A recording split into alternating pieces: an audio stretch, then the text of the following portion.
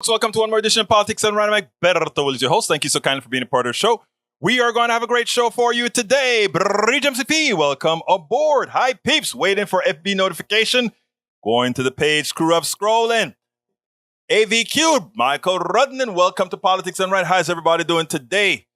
Well, I am tired as hell. I just got through doing my 5th show, meaning got all the machinations set up so that they can all work automatically while I'm out of town. 5 programs, folks. 5 shows are done and ready for you guys. I spent all night, all morning making sure we got that ready because you guys comes first. Anyhow, how is everybody doing today? Before we get into the show, Brendan, before I read your stuff, I still am not completely set up.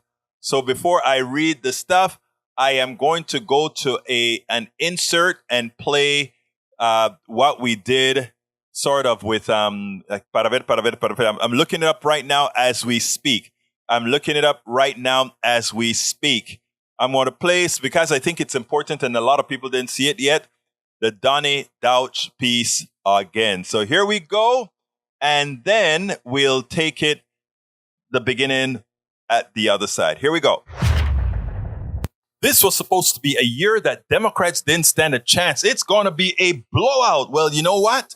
The generic poll now says that the Democrats are ahead in the generic poll. Of course, there's a lot of work left to be done. There's a lot of time to the election. So there's much, much more that's left to be done. But when it comes to letting Americans know exactly what their choices are in November, Donnie Deutsch, I really love what he has to say. You know, it's been common knowledge, or it was acceptable knowledge, that it's always the economy stupid. It's always the economy stupid. Well, Donnie Deutsch has kind of changed that. Just maybe it's all about crazy stupid. Check this out, and then we'll take it on the other side. Donnie, the problem for the whole of us, though, is that the violence and the threats and the hatred endanger all of us. There's a direct line between the ideology and the current Homeland Security issued warning of an uptick in threats of domestic violent extremism. It's around the grievances over the election. And I think in Pennsylvania, you've seen some of the extremist groups marching openly in broad daylight on the streets. I don't know that anybody except the militia groups themselves wants to live in that country. How do you, in your view, sort of take this message mainstream and make people understand that's the choice? I think it's exactly what you just said. Let me also point out one more thing about our friend Mastriano. He obviously was part of January 6th. He got buses organized there, and he likened it. These were his words in an interview to Hitler's Reichstag and the fire and the rise of Nazism, and kind of drew those parallels himself. This is what we're talking about. I think you have to scare the hell out of people. I think those 40% have to understand that are still voting for Mastriano. He has come out and he said, look, with one stroke of my pen, I will be in control of the elections in this state. I will be putting in the head of elections, and I will overtake all of the voting machines with one stroke of my pen. This is what he's saying. Autocrats and fascists tell you what they're going to do. The thing about Donald Trump that we figured out years later is he tells you what he's going to do.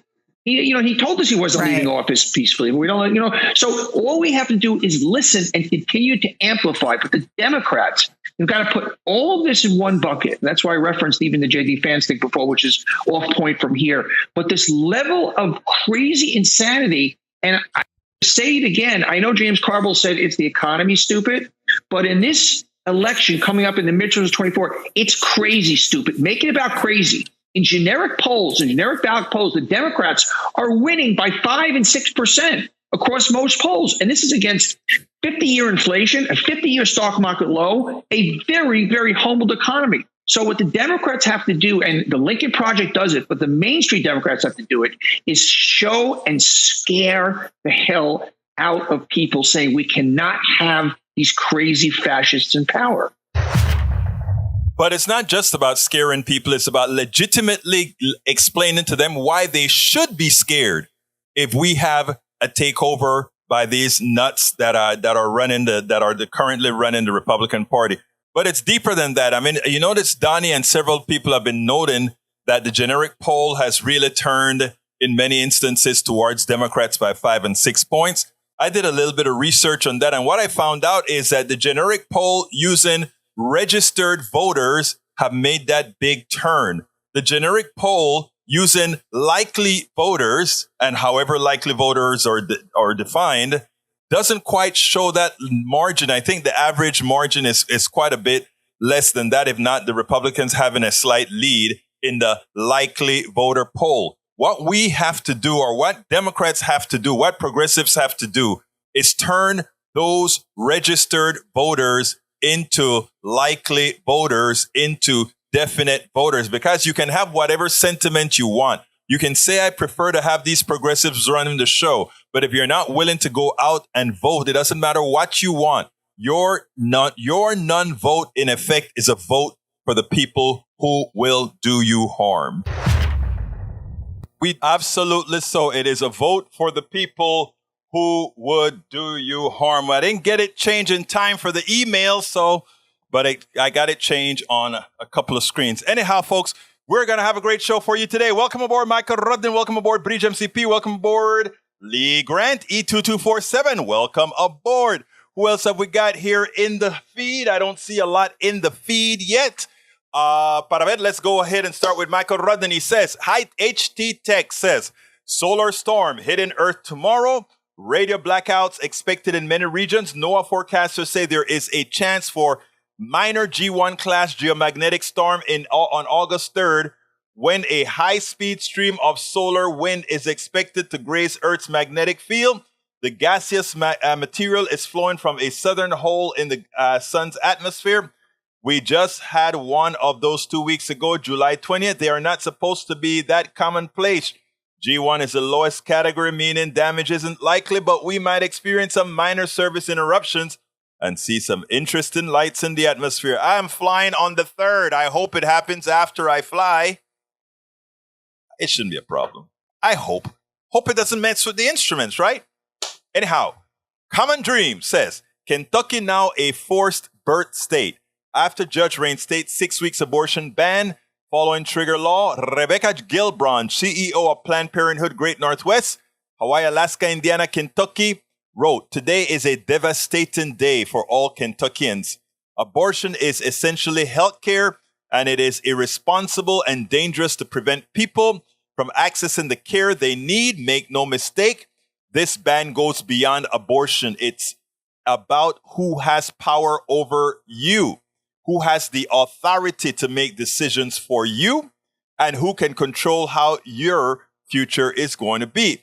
It is funny because in Kansas tonight, we're going to get the results as far as whether Kansans decide that they will support abortion. And what's interesting, if these guys thought they were so right and they really had the people's will at hand, why would they make the vote in such a manner that you're not really sure what you're voting for? A yes vote means you're telling the state of Kansas you have the right to eliminate the rule that gives women choice. Voting no is what you want to do in Kansas. It's amazing. They believe they're so right. Why do they have to try to fool people? Look, Americans, it's time. Kansans, it's time. Wake up. Texans, wake up. Mississippians, wake up. Kentuckians, wake up. It's important. All right, next one from Michael says, ACLU of Kentucky. ACLU Kentucky tweeted, Kentuckians deserve a better than extremist politicians who will take your boldly autonomy to score cheap political points. We won't stop fighting for your right to make the best decision for yourself, because no person should ever be forced to remain pregnant against their will. And Pramila Jayapal from Rudden again, Kentucky is now a forced birth state. Another tweet. They also have one of the highest maternal mortality rates and child poverty rates in the country. We must codify the right to abortion in Congress. Pregnant people deserve to make their own health care decisions. You know what is interesting? I was watching, I think it was one of the shows yesterday, and we had a Democratic pundit or a strategist and a Republican strategist on. And in as much as we have things like the abortion rights, women losing, and we also have the crazies that are trying to overturn democracy, this guy says none of that really matters.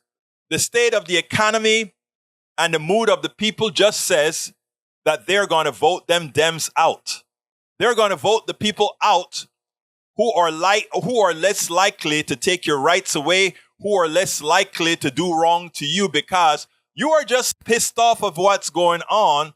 And they're saying this guy wants you to believe that history is saying Americans are just going to vote against their own interests big time and really suffer the consequences because they're too dumb to realize what's really at stake.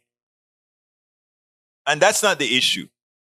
I was upset with the program because enough people didn't come out and say, if more Americans were better informed, they would know I hate what those guys are doing in Congress right now, but I likely will hate much more what the others in power would do. They're trying to say Americans have no recourse and Americans have no mind of their own. Are we going to make that so, or are we going to do, all of us are going to do our job to make sure Americans are informed and not follow this Republican pundits' belief that none of this really matters. It's history. You're going to lose big in 2022 as opposed to you should pick up progressive seats in 2022 so that we can finally get action. And that's the message. The problem, though, is that our DCCC and our DSCC won't put that message out. They won't say elect progressive because we really need people that are actually going to get the job done. All right, let's see. Bridge, MCP, welcome. Let's see who else I need to welcome. Eric Hayes says, generic poll, what is that? 5 people, all the same party? No, well, look it up. Bridge, MCP. Lee Grant says, Dems have an urgent need to distract attention from the economy. No, we don't.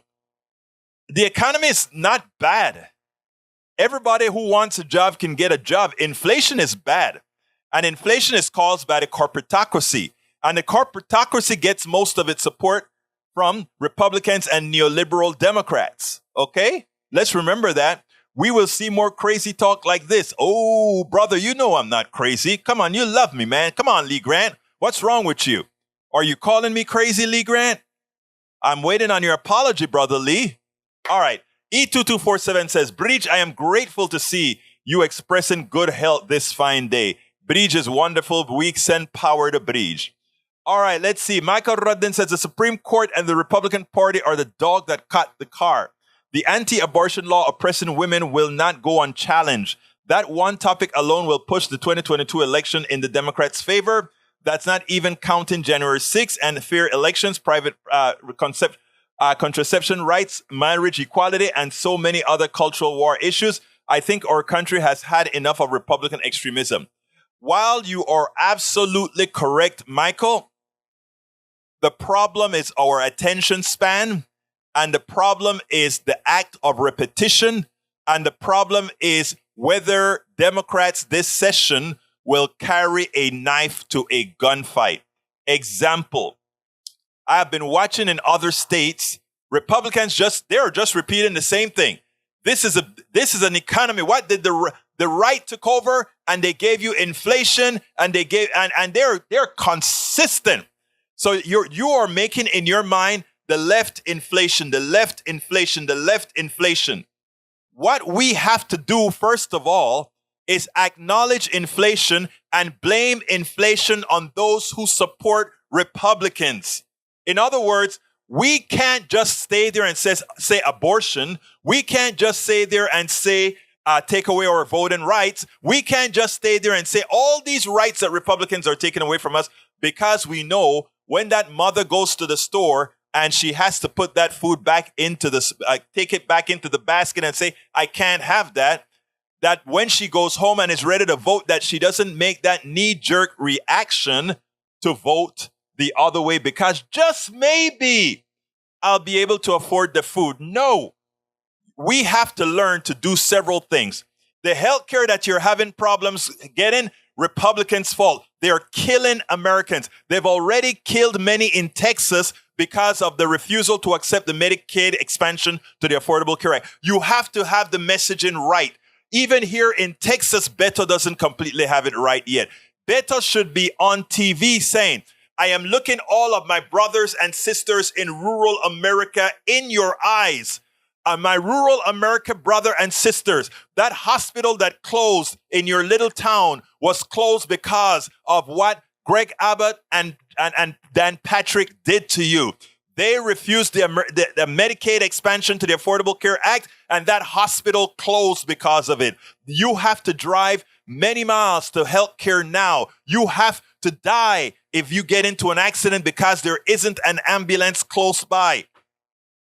Bread and butter. We can't talk in abstractions.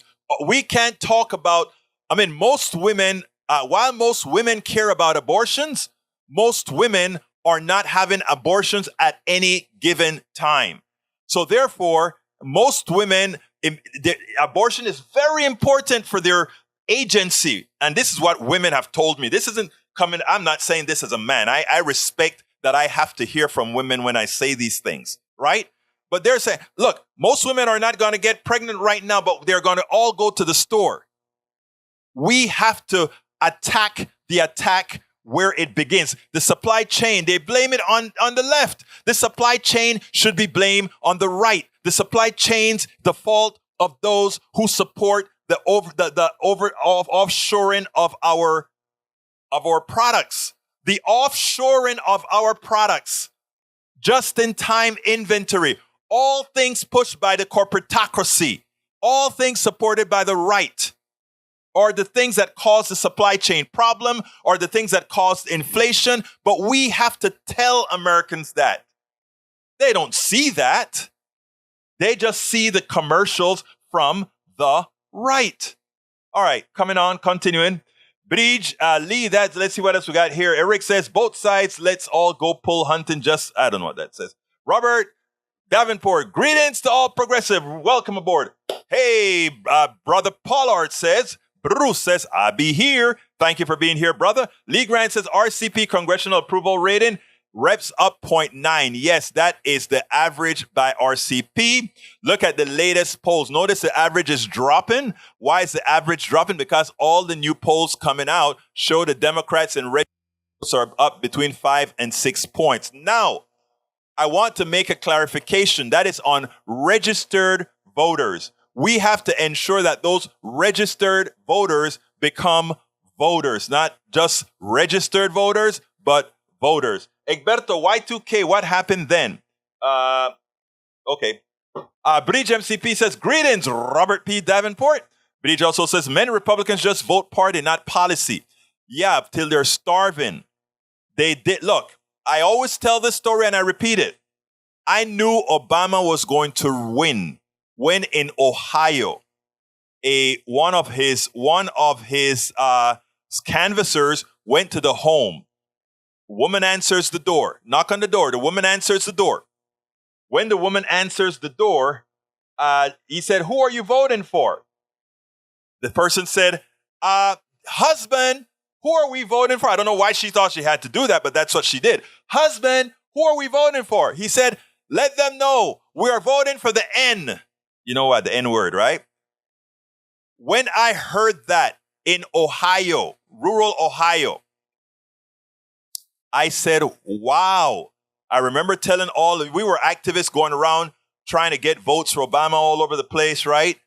And when I heard that message, I said, wow, Obama is going to win the presidency. Here's the analysis. And this is the analysis why I'm telling you we have to make the argument correctly.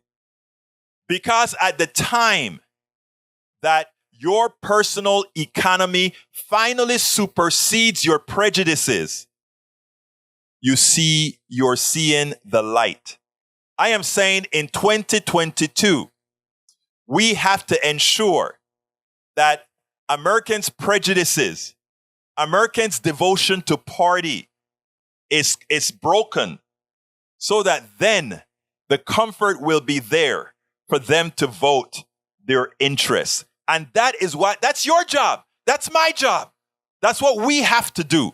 We have to make the case, because there are a lot making the other case to them. And we have to make the more plausible case. Eric Hayes says, well, I guess Nancy made it to Taiwan. You go, girl. You show them and see what rhetoric will come of this. Who knows? Robert Davenport says, high propensity voters hopefully will break towards the Democrats to preserve democracy. We hope.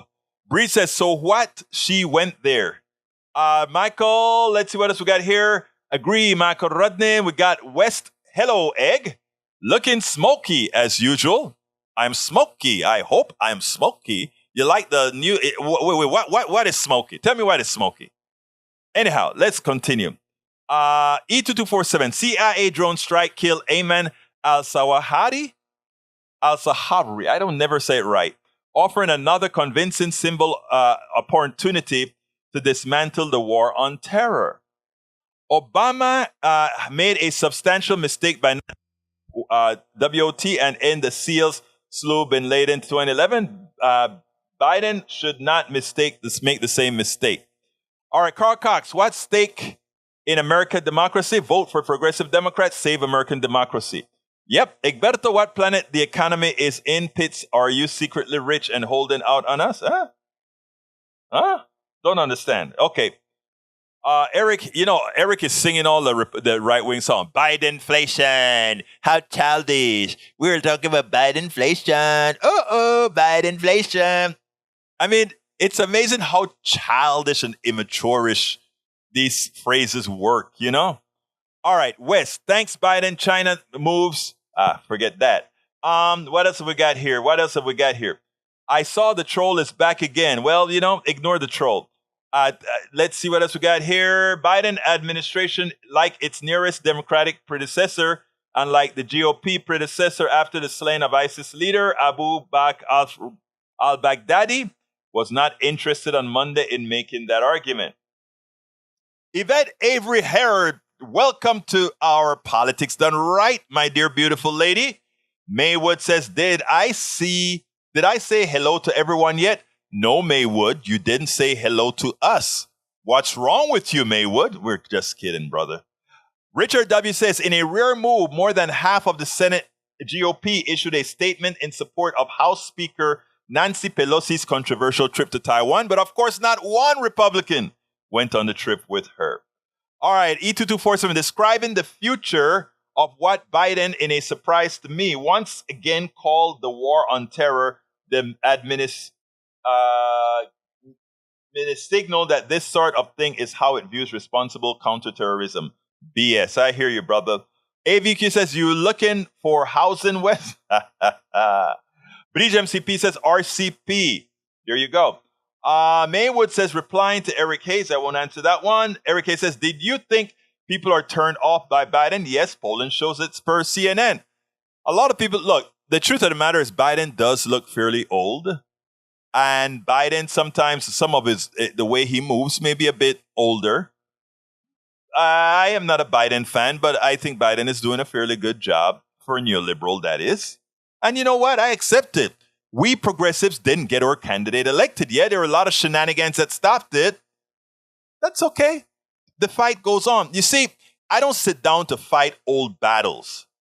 I want to fight for the future. And that's what we got to do. Right now, Biden is our man. Biden is our man. It's catch like transitory inflation. Actually, the inflation that we've had should have been transitory. Okay? But we have a corporatocracy with price and power who has no soul that decided that it would take the monies away that people had in their pockets. Whatever the market will bear. You see, they follow the laws of capitalism. Whatever the market will bear. Which means those without price and power have no power and have no power to hold on to their cash if the things that the others have price and power are absolute necessities. You see? That's capitalism, though. And when you don't have a bifurcated economy where there are certain items in the economy that you need, that you say, you know what, we must have electricity, we must have gasoline, we must have a minimum canasta de alimentos. That is a minimum basket of food.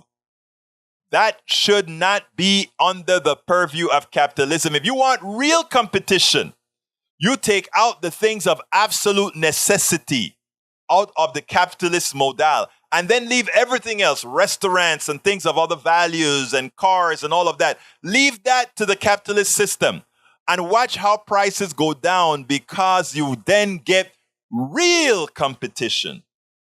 But you can't have real competition if you have 5 companies that sell gasoline and everybody must have gasoline, because those companies can do as they please. It's like also in healthcare. When you need surgery, you need surgery. You don't have no damn time to go shop around and say, how much are you going to charge? How much are you? No, you need surgery, you need surgery. And you know what? Most people see this. They just don't think it's attainable. Tom C. Limerick says, ready? Tom C's coming with one of his limericks now. Let's go. We go to the pump for gasoline, see prices higher than ever seen. While all the nation suffers inflation, the oil monopoly profits obscene. I love it. Let's repeat that limerick. We go to the pump for gasoline, see prices higher than ever seen. While all the nation suffers inflation, the oil monopoly makes profit obscene. Oh, that is beautiful, Tom. That was beautiful. Putin price hike, sound just as childless as bad inflation. You know what, Daniel Ledo? You are correct. I agree with you. And I said the same thing about Putin price. Go back in what I've written about inflation. I said this stuff isn't about this. I've said the oil price hike and all of that has nothing to do with Biden. There's a glut. I said it. So it seems like we agree on something, Brother Ledo. All right, let's continue. E2247, Russia, Afghanistan, Iran, Iraq are all seeing why U.S. has no public health care, nor education, nor housing, as we spend all our dollars on war. Let me tell you guys a little story, and this is important. If you were watching Fox News a few nights ago, last night or the night before, you see they brought up the Panama Canal. That's where I'm from, okay? And here's what they said. They said, right now Panama is going through a lot of crises. Prices are going through the roof. The government finally dropped the price of gasoline from $6 to $3, somewhere in that range, right? Because the oligarchy in Panama started doing the same thing that the oligarchy in the United States do. Whatever the price would bear, they got some stipends. The people got some stipends, and the private sector wanted to take the stipends. And they even wanted, in Panama at least, we have something called Bolsa de Alimentos. That is the canasta de alimentos. What is a basic amount of food that a family needs? And everybody's responsible for having at least that amount of cash to get it. So when the government was giving stipends, they did that.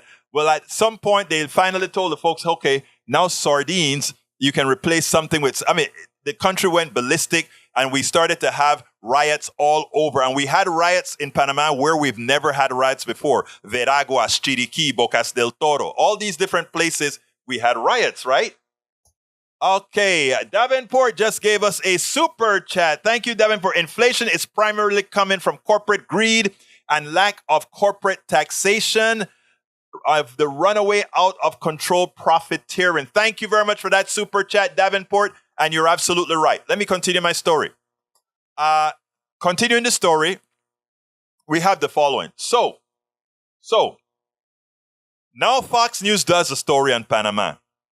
And they talk about the 2 ports in Panama are now owned, private sector ownership now, by a Hong Kong company. Okay? In other words, the plutocrats in Panama are doing the same thing the plutocrats in the United States did. You remember when they sold off all the real estate and stuff to Japan and all of that? And then finally people started complaining, you're selling America to the Japanese. They never complained if it was sold to the English, right? The English own more in America than any other country. Look it up for me, Rodney. I think the largest investor in America, if I recall, used to be England, and I think it is still England. It was never China or one of these companies, right? It was always England. But you never heard that because England is not a you-know-what country. So anyhow, back to Panama. So now there's a Panama Canal, and 1/6 of the world's commerce goes through the Panama Canal. And a lot more of the United States commerce goes through the Panama Canal. Now, with all the crazy stuff happening in Panama, America is trying to spin it as this is stuff being generated by, in other words, all this distraction and disruption is being created by China. Remember when we went into Venezuela and we created disruption to bring down the government that didn't work?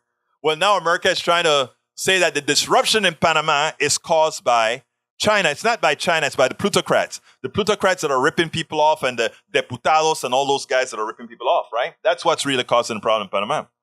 But anyway, an excuse is already being, you can see the excuse being placed into context for the invasion. You know, Panama, the last time America invaded Panama was in 1989. That was supposedly to get Manuel Antonio Noriega. The excuse now is the encroachment of China by having Hong Kong own the two ports, Balboa and Cristobal. Those are the two big ports in Panama. One on the Atlantic Ocean, Cristobal. One on the Pacific Ocean, Balboa. Okay? So all Panamanians now are sending WhatsApp all over the place. Look at this story that's on Fox News. Look at this story. China in Panama. But here's what China is doing, folks. And this goes to what E2247 just mentioned. While we are bombing the crap out of places, while we are investing in arms, while we are arming Ukraine, while we are doing all these things, right? China is around the world in Africa building roads. They're around the world building schools. They're in Argentina. They're in Colombia. They're in Panama. They're doing all these kinds of infrastructure building, right? And America said, "Oh yeah, but you're selling your soul to the Chinese." But you know, which is true, by the way. You know, China has not put in all this money in South America and Central America, in the Caribbean and Africa because they're nice people. China is buying influence, just like America used to buy influence around the world. But you know, America feels now like, we own them. And, you know, we won't help them develop their resources or help them. We want only if we can take their resources. We won't help develop carreteras, roads, or anything like that. So, but if China gets too deeply involved, what we'll do is we'll just invade Panama again. And that's, again, more money to the military for our ulterior motive. Panamanians die, and all is fine. All right. What time is it? Oh, God, time flies when you're having fun. Okay, let's see where did I leave off? Because, but anyway, I needed to tell you the Panamanian story because it's something that most people don't get because we don't get that news over here in general. I was surprised to see it on Fox News. All right, it's catchy like transitory inflation. Okay, let's see what else we got here. Robert Davenport says, Democrats have an urgent need to showcase the economy. The facts prove the inflation is primarily coming from corporation greed and lack of correct taxation of out-of-control profiteering. Perfect statement. Bridge MCP wants me to put something on the screen, and here is the Real Clear Politics on the screen that she wanted me to put about congressional Republican job approval, all the way down to, there you go. All right, let's continue, and let me go. Oh, I didn't put it. I put it on the screen on my thing, but I didn't put it for everybody else to see. There is what Bridge wanted you to see. Okay. Daniel Edo says, Sai, listen to the Marxists. Come on, guys, just admit it. Admit what? Okay, Mike Cisak says, Maywood, we've had inflation rates before Putin did anything. That's true. Bruce says, so my middle class needs to withhold spending. I agree. But here's the deal. Why I say we need a bifurcated economy, Bruce. Because there are certain things that the middle class needs. They need the gas to drive to work. They need the bread to eat. There are certain parts of things that they have us by the pelotas. And think about this. We want to have that whatever people absolutely need, take that out of the capitalist market. And whatever they can choose based on price and choose based on competition, put that into the capitalist domain. And that is the way that you really get that thing that capitalists like to talk about, which is competition that drives down prices, gets the best prices, and also come close, finally, to the efficient use of resources based on actual costs that includes externalities. That's for another day in economics, and I seem to be having some green screen issues. So let me see if I can go ahead and clean.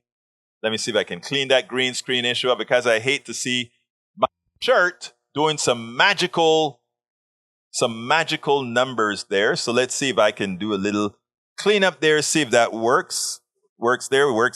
Nah, that works. Maybe a little bit better. All right, that's a little bit better. Nope, that's a little bit. Okay, let's leave it there. Let's see if I can increase a little colorization, little thing there. There we go. Okay, that may be good enough. All right. Okay, continuing. You know, the green screen on Zoom is so much better than on this application that costs a lot more than Zoom. Actually, this costs a lot. Zoom costs next to nothing. Okay. Egberto, a recommended video for after the show. Bo, the fifth column, talking about the differences between negative and positive freedom. Negative freedom is the kind that most people think of, that you are free to do and or whatever you want, while positive freedom is to live in a societal condition where you already have all your basic needs met, so you are not coerced into doing anything that you... I love that definition. I love that. I got to see that video. That's a very good one, Radnin. All right, let's see what else we got here. Biden sell oil to... all this bad information these guys have. Okay, Tom C says only 6 thumbs up. Hey guys, give me those thumbs up, please. We have all these people watching. Please go on. I mean, it's so easy to do. Just give us a thumbs up. Give us a thumbs up on YouTube, please. You can help us keep the algorithm going. If you're watching on YouTube, could I ask you so kindly to give us a thumbs up? All right, let's see what else we got here. Brisa, woohoo, Robert Davenport. Let's see. Don't the Saudis have immense investment here? They own AMC theaters. I didn't know they own it. But still, if you take a look at who owns the most in this country, generally speaking, from the highest foreign investment, Japan number 1, Netherlands number 2, Canada number 3. I don't know what that is. I think you have to check. That is probably new investment, because a country the size of Netherlands, I can't believe, or Canada even, I can't believe supersedes England. So check it out. Okay. What else have we got here before I go to some videos? Egberto, from statistic countries with the highest direct investment position received from the United States in 2020, United Kingdom number 1. That's more like it. Netherlands number 2, and Luxembourg number 3. That sounds more like it, even though Netherlands is a bit iffy for me. All right, let's see what else we got here. Let's see. I'm scrolling down. I'm not playing today. I'm not reading the trolls. So the DOD admitted wiping official phones of the January 6th attack, Make America Violent Again. You know something? You can't wipe those messages if we really want to find them. Those messages are in the backup cloud. If we want to find those messages, we will. The thing about it is the government may not want us to know that nothing can be hidden. In Colorado, there's all the pipes eventually end up, I think it's Colorado, and all that information is there to be found. All of it. So they can't hide it. Because over January 6th, January 7th, January 8th, all those backups are several backups that are done continuously. They're there. Robert Davenport says, a fascist wants to call someone a Marxist. Sadly, he no doubt does not understand true definitions. That's why I smile when they make those comments, Davenport. Paul Fleming says, Democratic members of Congress have had to arm their homes because of over 9,000 threats this year from domestic terrorists who Republicans refuse to repudiate.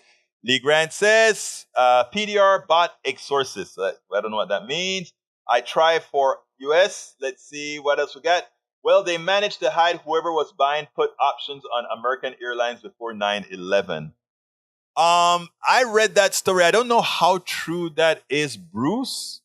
I am not sure about the put options on that, but I could be wrong. Anyhow, I don't want to play my video asking today because I want to do the Latino thing today. But let me just go ahead and ask you guys. I'm going to just put two links in there. The PayPal, I'm going to ask you guys to please support the program. Actually, I'm going to put 3. I'm going to ask you to please support the program. by going to, let me pull that screen up. Bear with me as I change screens. Okay. I want to ask you to please support us by contributing at PayPal to ensure we can continue to enlighten. politicsandright.com/PayPal or at Patreon, politicsandright.com/Patreon. Please visit our store, politicsandright.com. Well, politicsandright.com/store. I said 3, it's going to be 4. politicsandright.com/store. And please go ahead and get our books at politicsandright.com/books. And the books are the books that you see scrolling across the screen all of the time. Okay. There is this theory that many believe, right? That somehow Latinos, or rather somehow we are going to become a majority-minority state, country. And it has some people in a tizzy. I don't know what's wrong with having a majority-minority country. I mean, all of us on equal footing, there's not a problem there. I mean, race doesn't even really make sense, right? Because people have differences mostly in class, very little in race. But I want to play you a piece. This is an important piece, and I tell you why. Because the way we define Latinos and other things, and for those of us who are Latinos, myself, we've always kind of cracked up for several reasons. I want to play you this piece by let me get it and see which one it is. Para ver. I want to make sure I play the right one first. Okay, I want to make sure I play the right one first. Okay, I think this one was done by Tiffany Cross. I want you to listen in detail because those who believe America is going to be this support your local or national progressive. Thank you again for that other that super chat, Brother Davenport. I do appreciate you. And anybody else can as well throw us a super chat or a thanks on our videos, whatever that help us keep doing the work. Thank you so kindly. All right, here's the deal. I want you to listen to this piece here. It turns out that the definition of Latinos is what have so many believing that America is going to be in the near future a majority-minority country. That is false. Here's the reality. America, the white population, based on current trends, are actually going to increase. And I've been saying this for quite a while, you know. Every now and then I jump on the bandwagon, minority, if you want to call Latinos minority. But that's not the case. I want you to listen to this and then we'll take it on the other side because most people just don't get it. How did you categorize the divisions within the Latino Hispanic community? 3 basic options. Mm-hmm. One option is, hey, we're like African Americans. Latinos are people of color. That's 25%. 60% say we're either standing outside of race and we're just going to get ahead through hard work. Mm. And you can really understand this as saying, I know there's a big issue here. It's not going to hold me back. And part of that 60%, you get another group that say, we're like European Americans. Mm-hmm. Over generations, we're joining the mainstream. All right. Well, Latinos are the largest non-white voting bloc in the country of eligible voters, not registered voters, but they are not a monolith. And we see that clearly in Texas, where early voting is underway for next month's primary election. Now, the first, that's on the first of the year. Only 25% of Latinos in several key states, including Texas, categorize themselves as people of color in the latest research done by Project Juntas.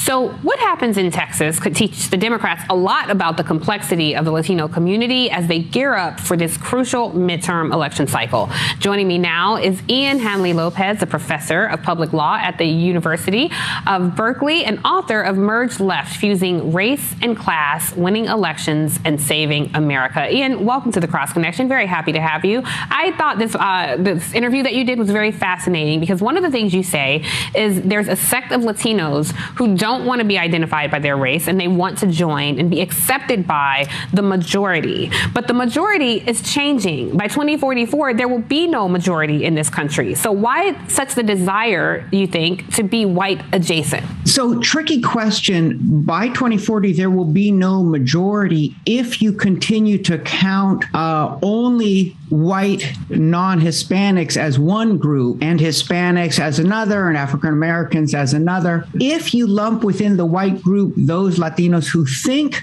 those Hispanics who think they're white, whites will remain the dominant group.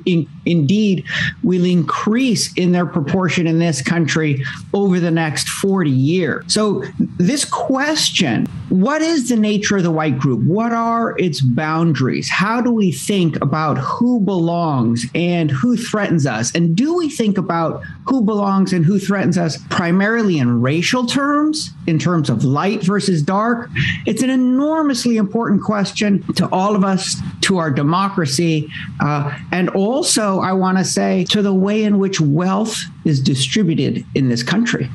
Well, that speaks to your book, right? The confluence of race and class that happens in this country. And look, one thing I was talking to one of our producers, Arlen, about is when you hear people say the Latino vote. As a black woman, I felt the same outrage when I hear the black vote. There are Latino voters, there are black voters, but there is not one monolith that encompasses such a diverse group of people. And particularly in the Latino community, there are geopolitics that are involved in people's political preferences here in the country. What is the message that the Democratic Party specifically should take away as we see some of these shifts in pockets of the country? Some of these people shift towards Trump Republicans. I think there's actually astoundingly good news here. I mean, there are a lot of reasons to worry, but there's really very good news here. And the good news here is Democrats can say Republicans are trying to divide us by race. And when they succeed, they laugh all the way to the bank. And our families struggle to get through this economy, to get through this pandemic. But when we reject division and come together, we can actually elect leaders who care for us. It's really good news. And it's good news for two reasons. First, it's true. For the last 50 years, Republicans have been using race as a wedge issue to divide Americans. They thought initially this was a wedge issue to pull whites out of a New Deal coalition that included African Americans. But what we see from 2016 to 2020 is the same wedge issue, the same fear stories about hardworking and deserving people threatened by dangerous and undeserving people. That story works within communities of color as well. So we really are facing a moment of racial divide and conquer being funded and promoted by bully politicians and their billionaire backers. So there's a truth to this message. Here's the other good thing. Well, let me just get this out. This message, we've tested it a variety of times. We see it in action in different political campaigns, and it's incredibly popular, not just with different segments of the Latino community. This is actually the most popular political message with the African American community as well. And it has the added benefit of pulling whites away from the lie that people of color are their enemy and getting them to see that the real enemy we all face are the billionaires who stoke racial division and indeed who govern through racial violence against communities of color. And that is what's so important. The reason I wanted to play this piece is twofold. One, race is kind of a silly thing, right? I did my DNA. I won't go ahead and tell what my DNA said, but it was quite interesting. But if anybody here do their DNA test, they'll find out, one, there's not, if you're black, you're not as black as you think. And if you're white, you're not as white as you think, based on the small amount of genetic material that is responsible for the things we characterize as race. But that said, like I said, race is stupid. But that said, white people, my brothers and sisters, my white brothers and sisters, you have nothing to worry about. You will be the majority for the foreseeable future because most Latinos, he said Latinos who think they're white. The truth of the matter is, based on how we do genetics and let's say the white folks that in Louisiana and Mississippi and all of that, there's a good chance that a lot of the Latinos that are coming over here are more genetically white than many of the Mississippi and Louisiana and Alabama white folk because of all the crazy stuff that used to happen in those particular parts of the country. And not only those parts of the country, but others. But that said, the reality here is this. The reason I brought that up is this other story that I'm going to play.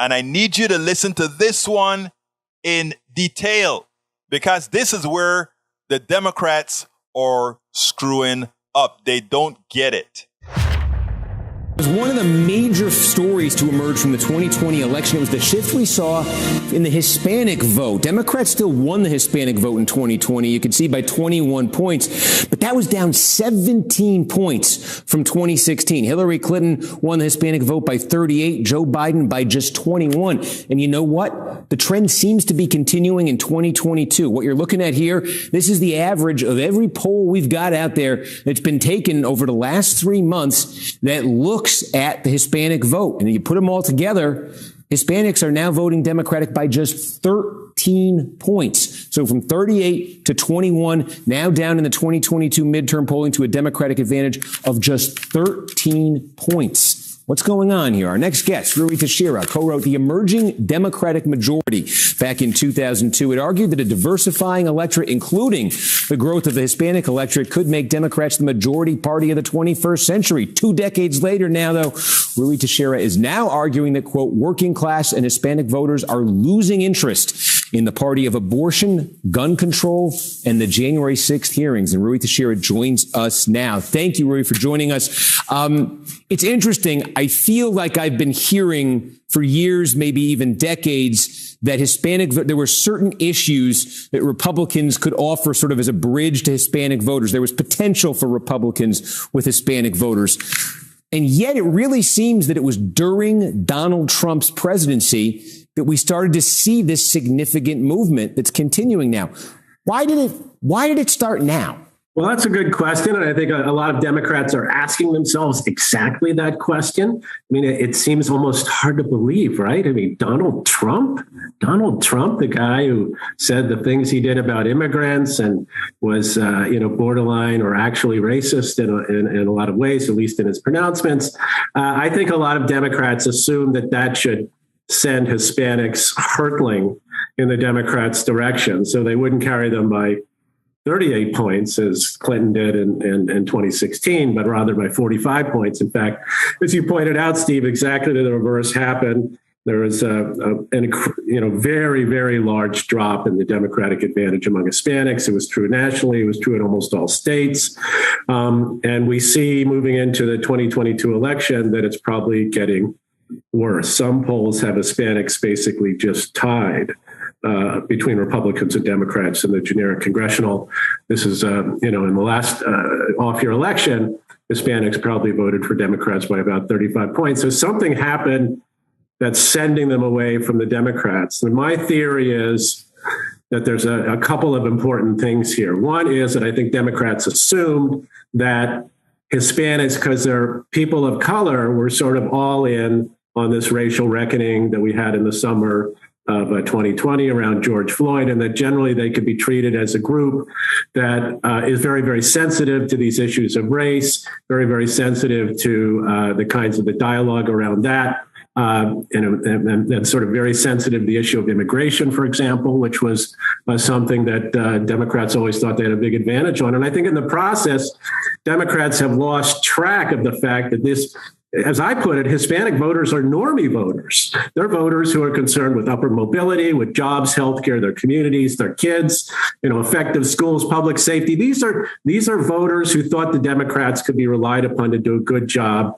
in those respects, and who could be counted on, even if they're more liberal in the other party, not to be so liberal that it would turn off people whose values were significantly more conservative than where Democrats seem to be coming from. And all of that got lost, I think, in the transition from 2016 to 2020, and where we see the Democrats going today, where they become far, far more socially liberal on a whole variety of issues, which do not, in fact, comport well with the median Hispanic voter, especially the median working class Hispanic voter. Because if you look at the data, that's clearly where they're losing most of their support among working class Hispanics. Wow. I wish Democrats would get out from under think tanks in Washington, D.C., and simply go into the neighborhoods, go into the hood, go into Timbuktu, where all the Latinos live, and ask them the question, why is it that you are not voting? It's not that they're not voting Democrat. It's that nobody's really consulting them. The same is starting to happen in the black community. So, the same way they're seeing that tail off in the Latino community in these the recent elections, the same thing is happening in the black community. I had to go in and talk to some people who said, you know what? We know Trump is a racist. We know that. But you know what? Things were better under him. Nobody is talking to these people. Nobody is talking to these people. And when they're filling a vacuum. So, get rid of the think tanks. Get rid of all that crap. There is a Rudnin's piece. Get rid of all that crap and talk to people. You want to know why the working class white folks are going with the Republican Party? Because the Democrats, for all practical purposes, even though they put a lot of ads up saying, hey, we are better for you, you don't understand the essence of people. You have got to be on the ground.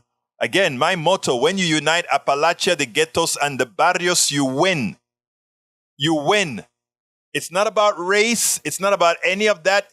But race is used, as the first professor said, to create the necessary divisions.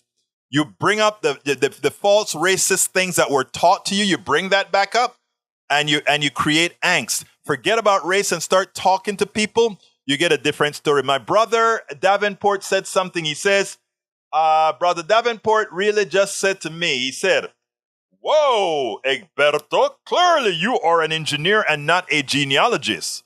Uh-oh, you're right. I am an engineer and not a genealogist. You are simply and logically incorrect on the genetic makeup of South American people. Guess what? I am Central American.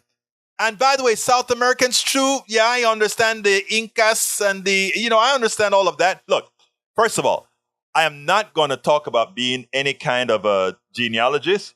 I'm not. So I'm not an expert in the field.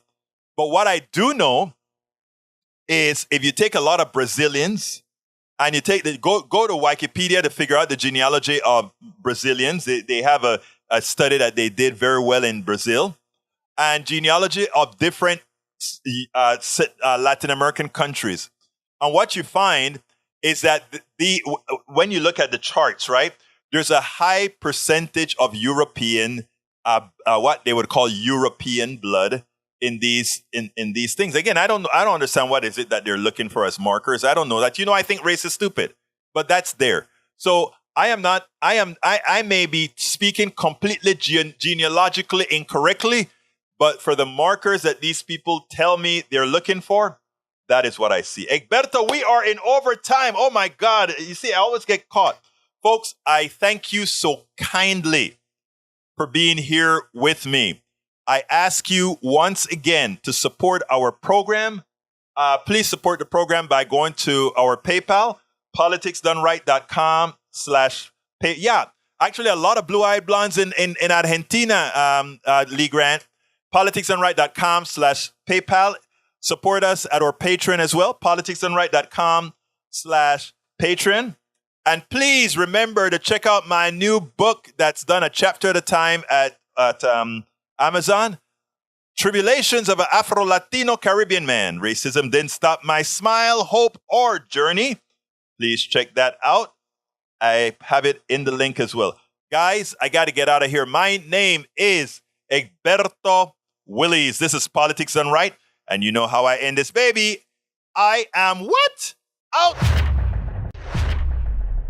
We spend a lot of time deconstructing the news, trying to parse it into a form that everybody can understand. We try to find those little nitpicks where it flies above the fray, etc. If you really like these videos that we do, I want to ask a big favor. Please go ahead. Number one, subscribe to our channel. And number two, please join if you can. Thank you so kindly for watching. Keep watching. Please remember to share. We must populate the entire internet with our progressive message, a message that we know is what most Americans say that they want. So help us, please join.